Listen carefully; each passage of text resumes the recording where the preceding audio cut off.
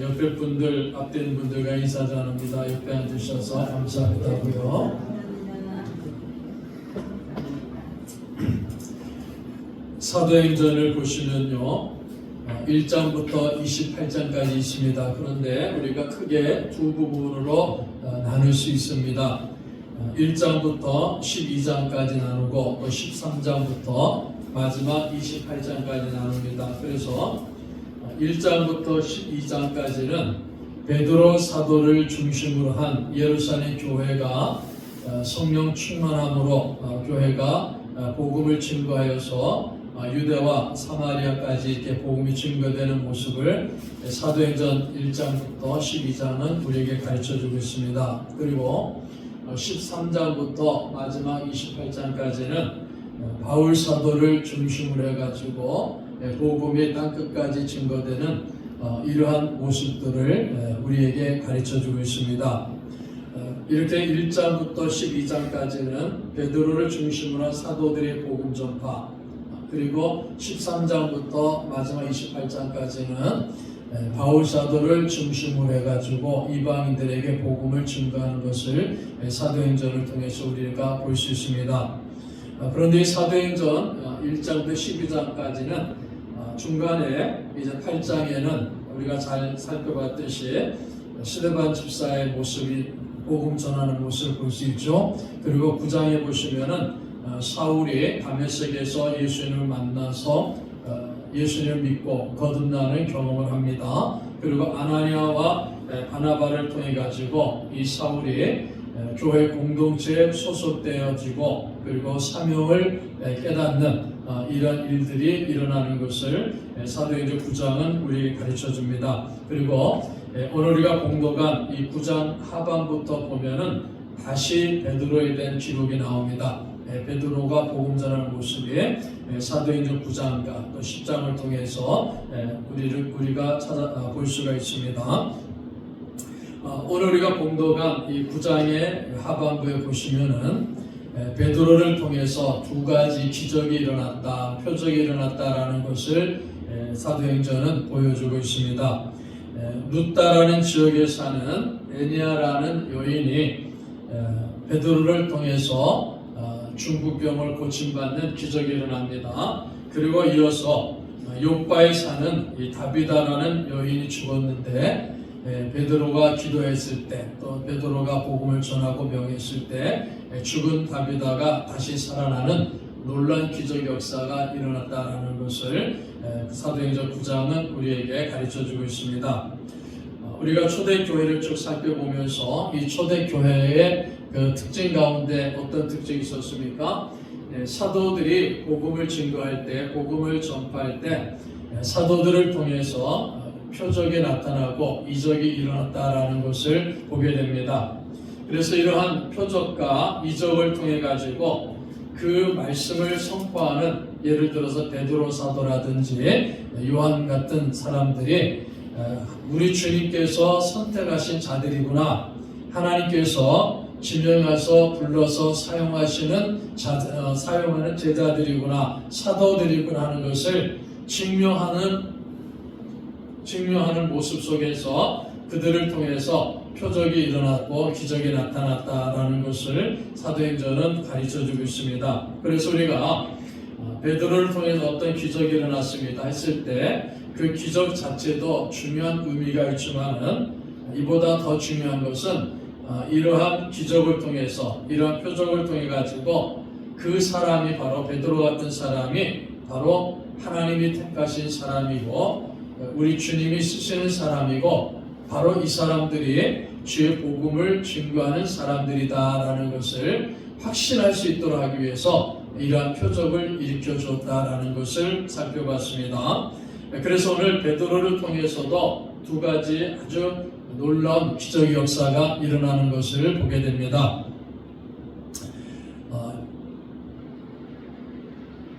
9장 32절에 보시면요, 그때 베드로가 사방으로 두루 다니다가 루따에 사는 성도들에게도 내려갔더니, 그러니까 베드로가 사방으로 두루 다니다 그랬습니다. 그러니까 뭐 놀러 다니고 그러기 여행 다니고 그런 것이 아니라 복음을 증거하기 위해서 사방으로 두루 다녔다라는 것을 보게 됩니다. 예루살렘 교회가 큰 핍박이 일어났다 그랬죠.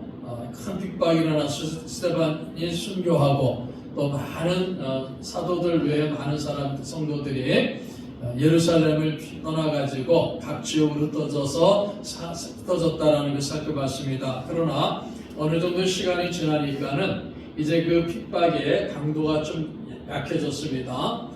그래서 교회가 더욱더 든든히 서가고 있는 이러한 가운데 예루살렘에 머물면서 교회를 섬기고 있었던 그러한 사도들이 이제 또 사방으로 다니면서 복음을 증거합니다. 그 중에 베드로도 사방으로 들이다니면서 복음을 증거하다가 루따라는 곳에 가게 됩니다. 그 루따에 갔을 때 거기에도 성도들에게도 내려갔더니 그랬죠. 루따에 사는 성도들에게도 내려갔더니 그러니까 루따라는 지역에도 지중해 연안 쪽의 지역인데 그 지역에도 성도들이 있었다라는 겁니다. 그러니까 예루살렘에서 흩어져 가지고 루따라는 곳에 가 있는 성도들도 있었고 혹은 그곳에서 성도들을 통해서 복음을 듣고서 그리스도인이 된 그러한 성도들도 있었다라는 것을 보게 됩니다. 자, 여기서 우리가 성도라는 단어가 나옵니다. 성도. 41절에 보셔도 41절에 이렇게 말씀합니다. 베드로가 손을 내밀어 일으키고 성도들과 가부들을 불러냈죠. 여기서도 성도들과 가부들을 불렀다. 사도행전 9장 13절에서도 사울이 예루살렘에서 주의 성도들에게 적지 않은 해를 끼쳤다. 성도라는 단어가 사도행전에 나오는 것을 보게 됩니다. 자, 성도는 지금 말하면은요, 사도행전 나오는 성도라는 이 단어는 지금 말하면은 우리 그리스도인들을 말하는 거예요. 기독교인들을 말하는 겁니다. 예수님을 믿는 사람들을 성도다 이렇게 지칭하는 거예요. 사도행전에서 이제 9장부터 10장, 11장 이렇게 보면은 예수님을 믿는 사람들을 성도다 이렇게 호칭하는 모습을 사도행전은 우리에게 보여주고 있습니다. 예수님을 믿고 예수님을 따르는 사람들을 제자다 이렇게 이름 붙였어요. 그래서 사도행전에서도 제자들 이렇게 쭉 제자들이라고 그러죠. 그러니까 이 제자들이라는 말과 함께 성도라는 이름을 붙이게 되는 겁니다. 예수님께서 부르셔가지고 사명을 주고 복음 전하는 사람들을 제자다 이렇게 부르셨는데 이제 이 제자라는 그 예수님 믿는 사람들과 함께 성도라는 용어를 또 사용하게 되는 거예요. 그래서 예수 믿는 사람들을 한편으로는 제자 이렇게 부르기도 하고 한편으로는 성도 이렇게 부르기도 합니다. 그런데 오늘 사도행전 9장에 보니까 성도다 이렇게 계속해서 부르고 있는 것을 봅니다. 아마 우리 그리스도인들을 지칭하는 단어가 지금도 많죠. 예를 들어서 우리가 예수님을 믿는 사람 또는 성도, 그리스도인, 또 제자 이렇게 교인 이렇게 쭉 얘기하지 않습니까? 근데 아마 우리에게 가장 좋은 단어를 꼽으라 그러면은 성도라는 단어를 우리가 한번 생각할 수가 있습니다. 자, 성도라는 말은요 거룩한 무리다라는 뜻입니다. 예전에 한자로 썼을 때 성도 그러면은 거룩한 무리를 가지고 성도다 이렇게 말합니다. 그래서 거룩한 사람들을 성도 이렇게 말하는 거예요. 우리 예수 믿는 사람들을 성도 이렇게 부를 때 그 담겨진 뜻이 뭐냐면은 이 사람은 거룩한 사람이다. 구별된 사람이다. 이런 뜻으로 성도다 이렇게 부른다는 겁니다. 자, 오늘 예배드리는 우리 성도 한 분 한 분은 누구라 했습니까? 성도예요. 한번 따라합시다. 나는 성도다. 나는 성도다. 우리 성도라는 말이에요. 그러니까 성도를 했을 때 거룩한 사람이다. 구별된 사람이다 이런 뜻이에요. 누가 우리를 향해서 예수 믿죠? 그랬죠? 그렇게 말할 때 나는 성도입니다. 이렇게 대답한단 말이에요. 그럴 때 성도라는 그 말 속에는 거룩한 사람이다. 택한 구별된 사람이다. 이런 뜻이 있어요. 그러니까 나는 성도입니다 그러면요, 우리 성도들이 나는 성도입니다 그럴 때는 나는 거룩한 사람입니다, 나는 구별된 사람입니다 하는 뜻을 갖고 있다는 것을 잘 기억하셔야 됩니다. 자, 세상에서부터 구별됐다는 말이에요. 세상과 구별됐다는 말입니다. 그래서 예전에는 세상 편이었고 세상 속에서만 살았는데 하나님이 이 세상으로부터 나를 구별해서 불러주셔가지고 이제는 세상 편이 아니라 하나님 편이에요.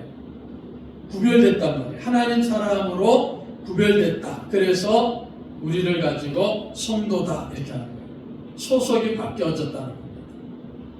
거룩한 백성이다. 하나님으로부터 구별된 사람들이다. 이게 본질이에요. 성도 그러면요, 나는 하나님의 사람이다, 거룩한 백성이다, 구별된 사람이다라는 것이 성도라는 말 속에 담겨져 있는 본질입니다. 그런데 여기서 우리가 하나 더 중요하게 생각이 됩니다. 지금 예를 들어서 우리가 나는 예수 믿습니다, 나는 성도입니다 이렇게 우리 자신을 이야기할 때, 말할 때 그 성도라는 말 속에는 나는 구별된 사람입니다, 나는 하나님으로부터 하나님이 나를 세상으로부터 구별해 놓으신 구별된 사람입니다, 나는 거룩한 사람입니다, 이런 뜻을 갖고 있음과 동시에 무엇을 또 가지고 있냐면은 거룩한 사람이기 때문에, 하나님의 거룩한 백성이기 때문에 내가 생각하는 것이나 내가 바라는 것이나 내가 행동하는 것이나, 예를 들어서 내가 생각하는 것이 거룩하다는 거예요. 내가 생각하는 것이 구별됐다는 겁니다. 내가 말하는 것이 구별됐다는 겁니다. 내가 행동하는 것이 구별됐다는 거예요. 그런 것을 다 포함하고 있는 거예요.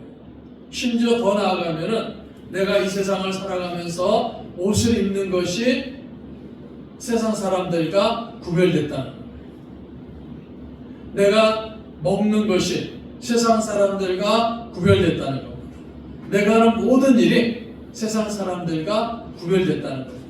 그런 것을 다 포함하고 있는 용어가 성도다 이렇게 말합니다.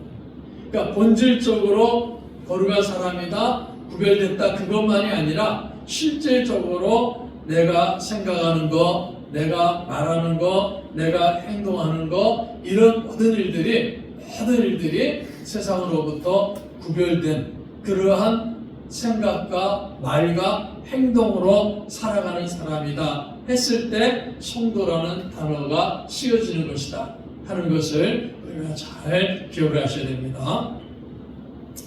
자, 그리스도인 또는 크리스찬, 교회인 있지 않습니까? 제자. 그런데 이상하게 사도행전 9장에 오니까요, 성도다 그러는 거예요. 성도, 거룩한 분이라는 거예요. 예수님을 믿는 사람이기 때문에 세상으로부터 구별되어 있는 거룩함이 있다는 거예요. 그래서 그런 사람들을 성도다 이렇게 성경은 우리들에게 가르쳐주고 있습니다. 그래서 오늘 예배드리는 저와 여러분 모두는 성도입니다. 그래서 우리가 성도라는 것을 잊지 말고 성도로서 성도답게 우리가 생각을 해야 되는 겁니다. 말해야 되는 겁니다. 행동해야 된다 하는 것을 항상 마음에 간직하시고 이 세상을 살아갈 때 성도로서, 거룩한 백성으로서, 구별된 사람으로 살아가는 우리 성도들이 되시기를 바라겠습니다. 그래서 이 베드로가 이 루다라는 곳에 가니까는 성도들에게도 내려갔더니, 그러니까 루다라는 지역에 가니까요, 거기에 구별된 사람들이 있다는 거예요. 거기에 거룩한 무리가 있다는 겁니다. 말하는 것과 생각하는 것과 행동하는 것이 세상 사람들과 다른, 세상 사람들과 구별되어 있는 그러한 그리스도인들이 있다는 거예요. 그래서 그 그리스도인들을 성도 이렇게 부르고 있다는 거죠. 우리가 32절과 이제 43절까지 쭉 보시면요, 두 가지 기적이 나타납니다. 그런데 전제를 잘 먼저 이해하셔야 됩니다. 자, 베드로를 통해서 8년 동안에 중풍병을 앓고 있는 에리아라는 사람이 여인이 일어납니다. 회복됩니다. 또 베드로를 통해 가지고 다비다라는 여인이 죽었는데 다시 살아나는 놀라운 기적 역사가 일어납니다.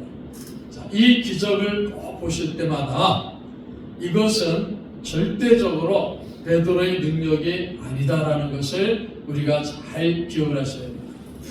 베드로가 능력이 많아서가 아닙니다.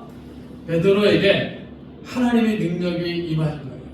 예수 그리스도의 능력이 임한 겁니다. 그래서 하나님의 능력이, 우리 주님의 능력이 베드로를 통해서 나타나는 것입니다.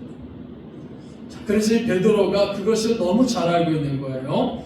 그래서 이 베드로가 애니아라는 여인이 중풍병으로 8년을 누워 있었다 했죠.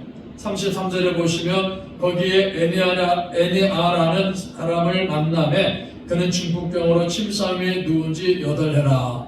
중풍병으로 침상에 누운 지 8해니까요. 아마 그 이전에도 많이 중풍병으로 힘들었을 거예요. 그런데 침상에 누워있는 해가 8해입니다. 그러니까 굉장히 긴 시간 동안에 거동하지 못하는 그러한 병을 지금 앓고 있다는 거죠. 그런데 34절을 보시면은 베드로가 이르되 애니아야 예수 그리스도께서 너를 낫게 하시니 일어나 내 자리를 정돈하라 한데 곧 일어나려고 했습니다. 자, 베드로가 어떻게 선포합니까?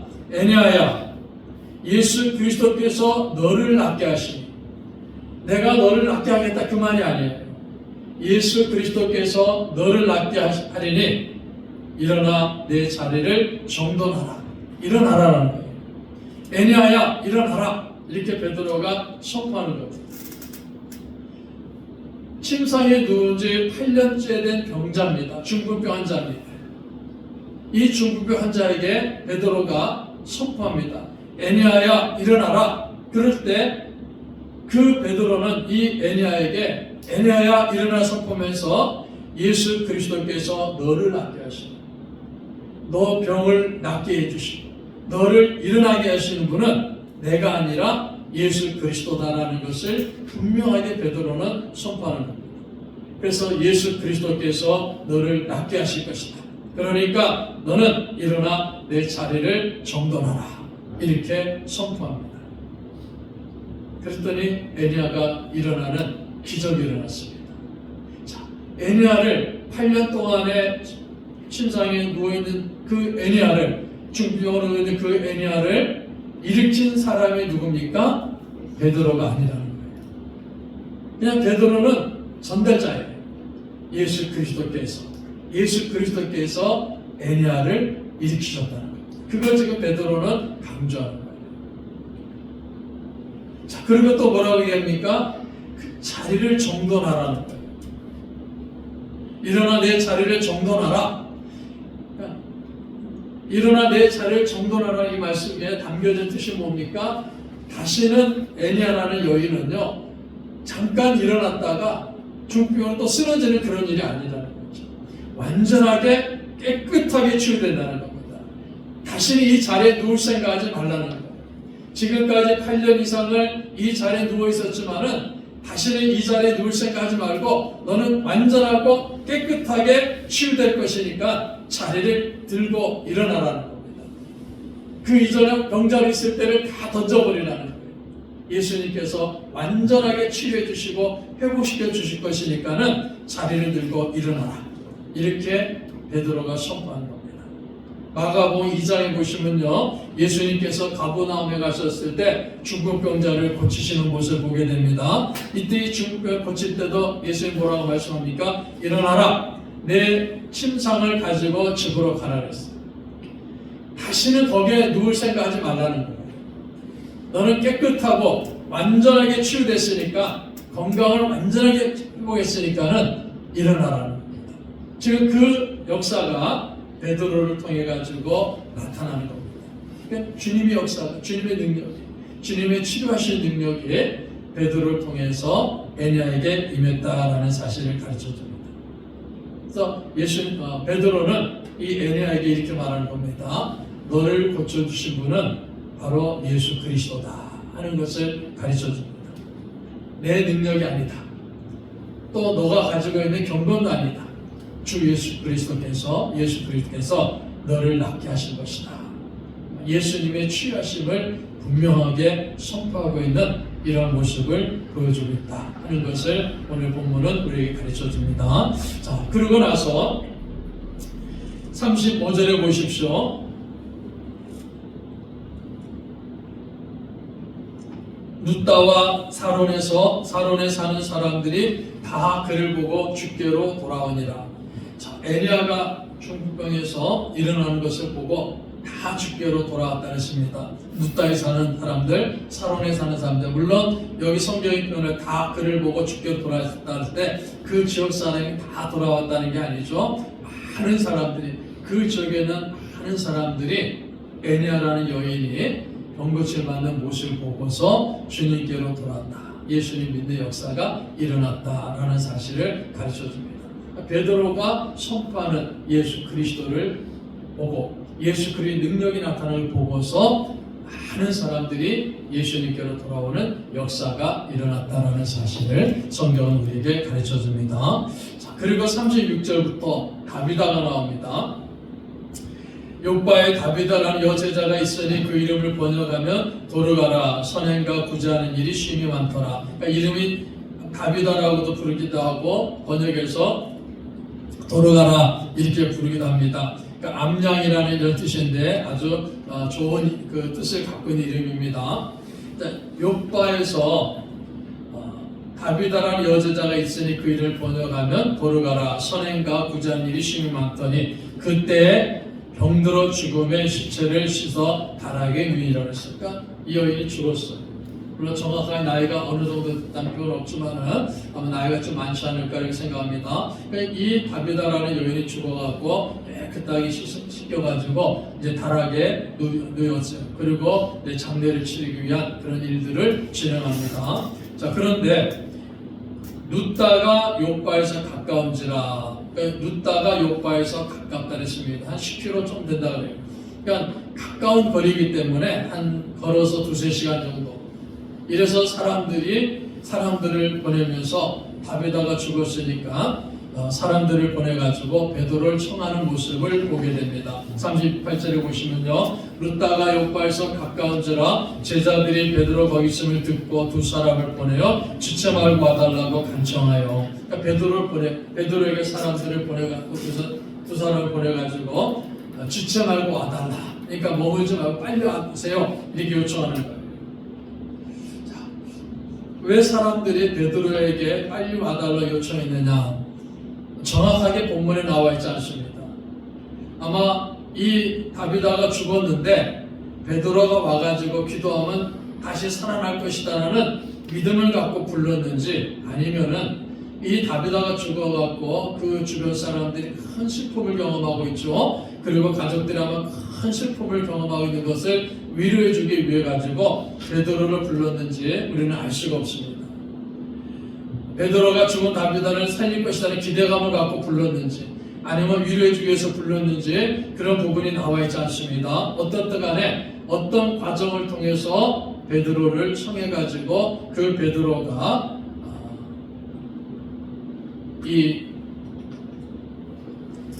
욥바에 오게 되었다라는 것을 보게 됩니다. 자, 그런데 이 다비다를 우리가 조금 살펴봐야 됩니다. 에리야하고 좀 구분이 돼요. 자, 이 다비다를 보시면은 이렇게 말합니다. 36절에 욥바에 다비다라 하는 여제자가 있으니 그 이름을 번역하면 도르가라 선행과 구제하는 일이 심히 많더니 여제자가 있으니 그랬어. 그러니까 다비다를 향해서 다비다는 여제자다, 제자다라는 말이에요. 여자 제자다라는 말입니다.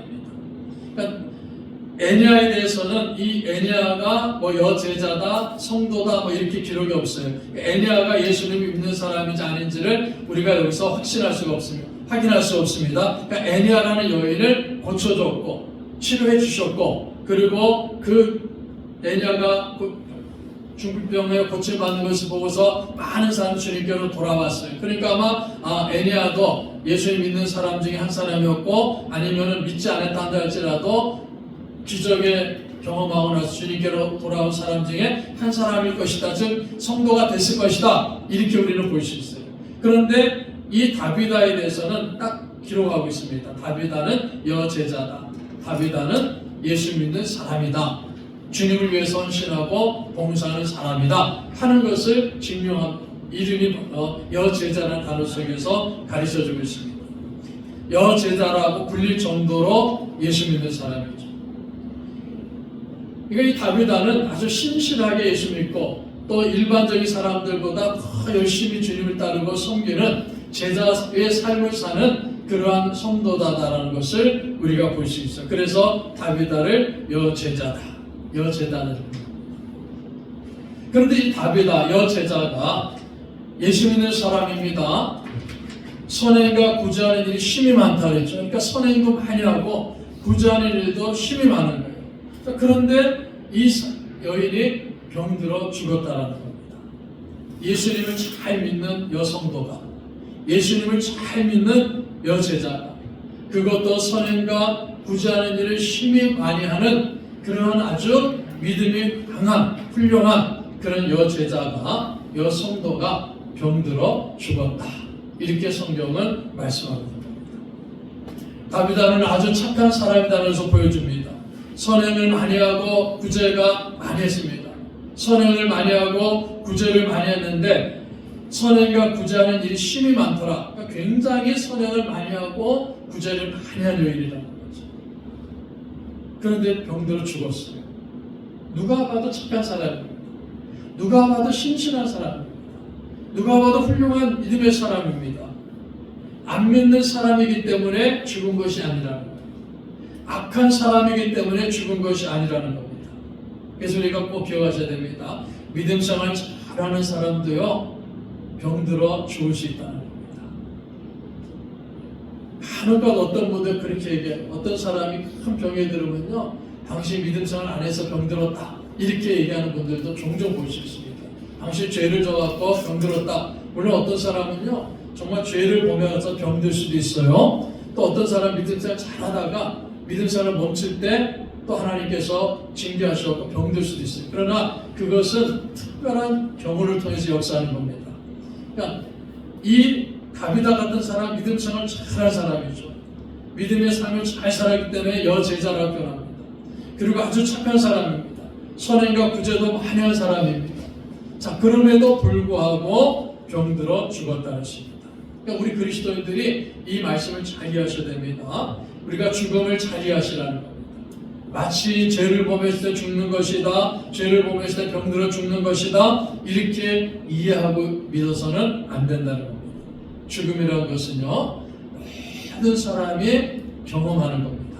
주님 오시기 전까지는요, 이 땅에 있는 모든 사람이 죽음을 경험하는 것입니다. 왜 그렇습니까? 이미 하나님께서 아담과 하와의 범죄 때 우리가 반드시 죽는다고 말씀했기 때문에 우리가 죽음을 경험하는 겁니다. 그래서 모든 사람이 한 번 죽는 것은 당연한 거예요. 그 죽음을 경험하는 겁니다. 그런데 잘못하면은, 누가 죄를 범하기 때문에, 누가 믿음 생활 안 했기 때문에, 그래서 하나님이 벌 주셨고 그가 병들어 죽게 되었다, 이렇게 이야기하는 것은 대단히 어리석은 말이다라는 것을 우리가 잘 기억하셔야 됩니다. 그리고 우리 스스로도 그렇게 믿으면 안 돼요. 내가 예를 들어서 어떤 하나님을 신실하게 섬기고 믿음의 삶을 잘 살아가는데 어느 날 병들었어요. 아주 심한 병이 들었습니다. 그러면 내가 죄를 범했기 때문에 하나님 날 죽이시려는 거구나, 이렇게 생각해서는 안 된다. 예수님 잘 믿는 사람들, 정말 여제자 같은, 여제자로서 주님의 일을 잘했던 사람, 착한 사람으로서 구제와 선행을 잘했던 여인, 이 다비다도 어느 날 병들어 죽는 이런 일들이 일어납니다. 죽음이라는 것은 우리 모든 사람이 반드시 경험해야 되는 것이기 때문이라는 겁니다. 자, 이 다비다는 특별히 과부들을 많이 도와준 사람이다라는 것을 보게 됩니다. 이 다비다가 죽었는데 선한 일을 많이 한 사람이죠. 그래서 사람들이 막 모여드는 거예요. 특별히 과부들이 많이 모입니다. 39절 보십시오. 베드로가 일어나 그들과 함께 가서 이르매 그들이 데리고 다락방에 올라가니 모든 가부가 베드로 곁에 서서 울며 도르가가 그들과 함께 있을 때 지은 속옷과 겉옷을 다 내보이거늘. 자, 가부들이 많이 모였어요. 다락방에. 다비다의 시신을 옮겨놓은 이 다락방에 모든 가부가, 그러니까 많은 가부들이 모였다는 거죠. 그 많은 가부들이 모여가지고 베드로가 오니까는 곁에 서가지고 우는 거예요. 다비다 죽음을 애통하는 겁니다. 그러면서 이 다비다가 자기들과 함께 있을 때 만들어준 속옷과 겉옷을 다 내보이거든. 그러니까 이 가부들에게 속옷 그리고 겉옷을 다비다가 직접 만들어가지고 주었다는 겁니다. 그런 것들을 보여주는 거예요. 내가 입은 이 옷이요, 다비다가 불쌍한 나를 위해서 지어진 옷입니다. 불쌍한 나를 위해서 다비다가 친히 이 옷을 만들어 주셔가지고 내가 입고 있는 겁니다. 이렇게 가부들이 베드로에게 이야기하는 거예요. 그런데 이렇게 착한 사람이, 이렇게 선한 사람이 병들어 죽게 되니까 너무 마음이 아픈 거예요. 슬픈 겁니다. 그래서 베드로 곁에 서서 울면서 이 다비다가 한 선행에 대한 이야기들을 막 하는 겁니다. 모든 가부가 베드로 곁에 서서 울며 도르가가 저희 함께 있으니 지은 속옷과 겉옷을 다 내어 보이거늘. 자기들이 입었던 속옷과 겉옷이 다비다가 해준 것입니다. 불쌍한 우리를 위해서 이 다비다가 우리를 이렇게 좋은 옷으로 지어 입혀줬습니다 하면서 그 얘기를 취하는 겁니다. 자, 이 많은 과부들을 위해서 다비다가 정말 수고를 많이 했구나 하는 것을 보여주고 있습니다. 과부들을 위해 가지고 수고했다는 것, 과부들을 구제했다는 것, 과부들에게 봉사한다는 것은요, 가장 큰 유대인 관점에서 가장 큰 선행에 해당하는 겁니다.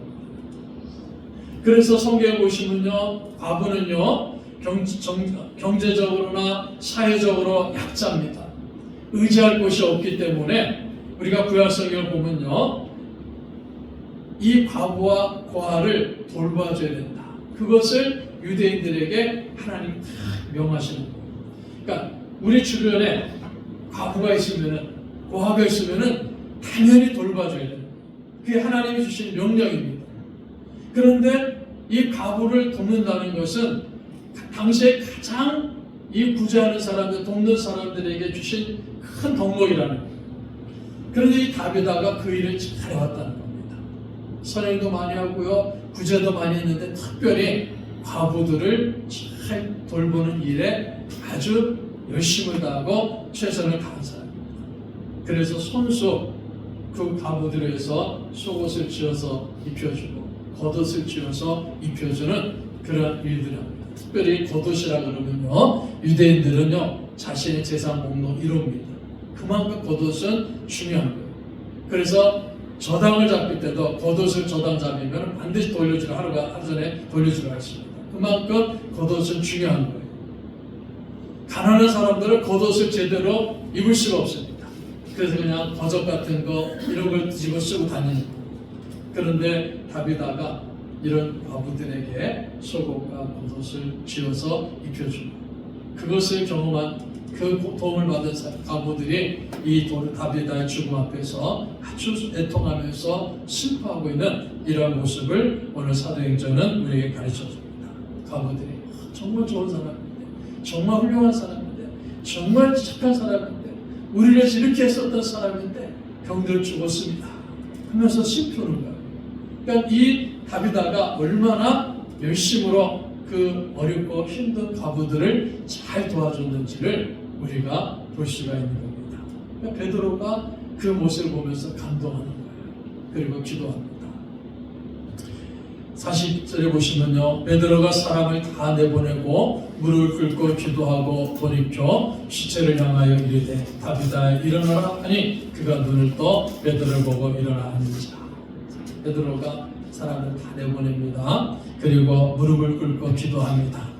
그리고 시체를 향하여 죽은 다비다를 향해서 다비다야 일어나라 명하니까 죽은 다비다가 눈을 뜹니다. 베드로를 보게 됩니다. 일어납니다. 죽은 사람이 다시 살아나는 놀라운 기적이 일어났다는 사실을 오늘 성경은 우리에게 가르쳐 줍니다.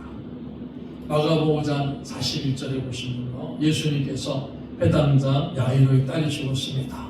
다락방에 그 딸을 눕혀있는 곳에 가셔가지고 그 다락방에 그 죽은 야이로의 딸을 향해서 예수님이 뭐라고 명하십니까? 소녀야 일어나라. 달리다 꿈꾸었습니다. 소녀야 일어나라. 예수님이 명하니까 죽은 야이로의 딸이, 죽은 아이가, 여자아이가 다시 살아나는 기적이 일어납니다. 베드로가 똑같이 그것을 우리에게 보여줍니다. 그래서 예수님이 소녀야 일어나라 달리다 꿈꾸었어요. 그 똑같은 단어를, 그 똑같은 말을 베드로가 합니다. 다비다야 일어나라. 다비다 꿈 이렇게 소녀를 향해서 달리다 꿈 그랬어요. 달리다 꿈, 소녀야 일어나라는 말이 달리다 꿈입니다.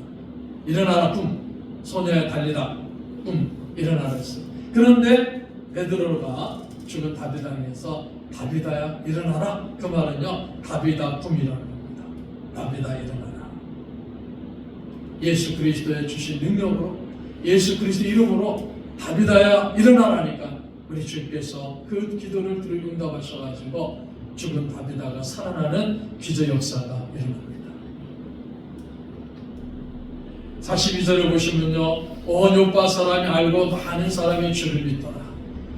죽은 다비다가 그 착하고 좋은 일을 많이 하고 구제를 많이 하고 선행을 많이 한 다비다가 병들어 죽었는데 그 죽은 다비다가 다시 살아났다.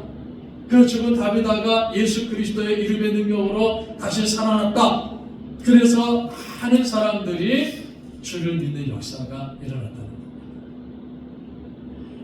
애니아가 병에서 나왔을 때도 다 그를 보고 주께로 돌아옵니다. 병들었던 애니아가 일어나는 것을 보고 많은 사람이 주님께로 돌아옵니다.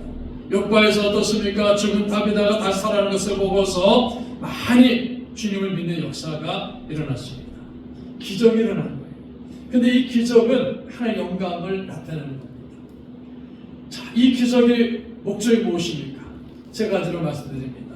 사도들의 복음 전파가 예수 그리스도의 말씀임을 입증하는 거예요.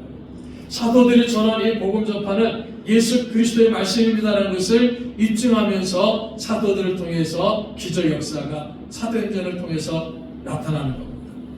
그리고 그 사도들이 복음 전파와 함께 나타나는 기적을 보고 사람들이 예수 그리스도를 믿는 역사가 일어납니다.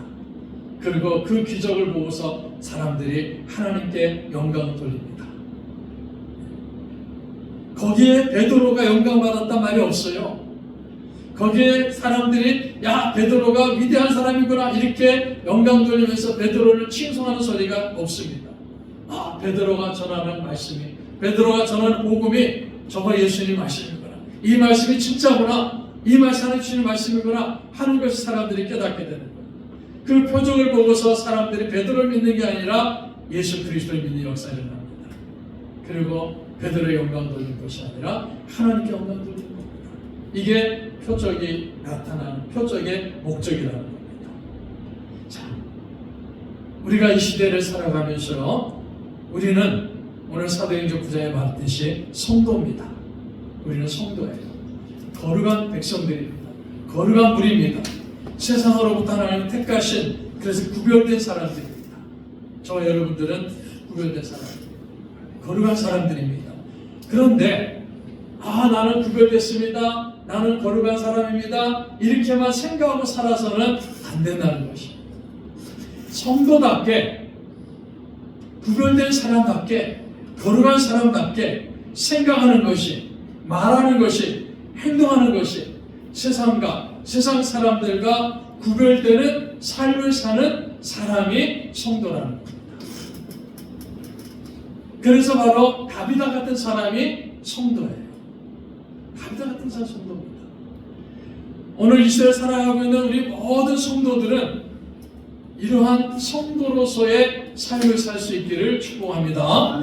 그래서 우리는요, 생각하는 것이 세상 사람들과 다른 것입니다. 말하는 것이 세상 사람들과 구별되는 거예요. 행동하는 것이 세상 사람들과 구별되는 거예요. 옷을 입는 것이 세상 사람들과 구별되는 거예요. 먹는 것이 세상 사람들과 구별되는 겁니다. 그렇게 세상 사람들과 구별된 삶을 살 때 우리를 통하여 지금도 하나님이 이루시기를 원하는 기적의 역사가 일어날 줄로 믿습니다. 아멘. 이 기적 역사를 이루어가는 우리 교회가 되고 우리 성도들이 되시기를 주님의 이름으로 축복합니다.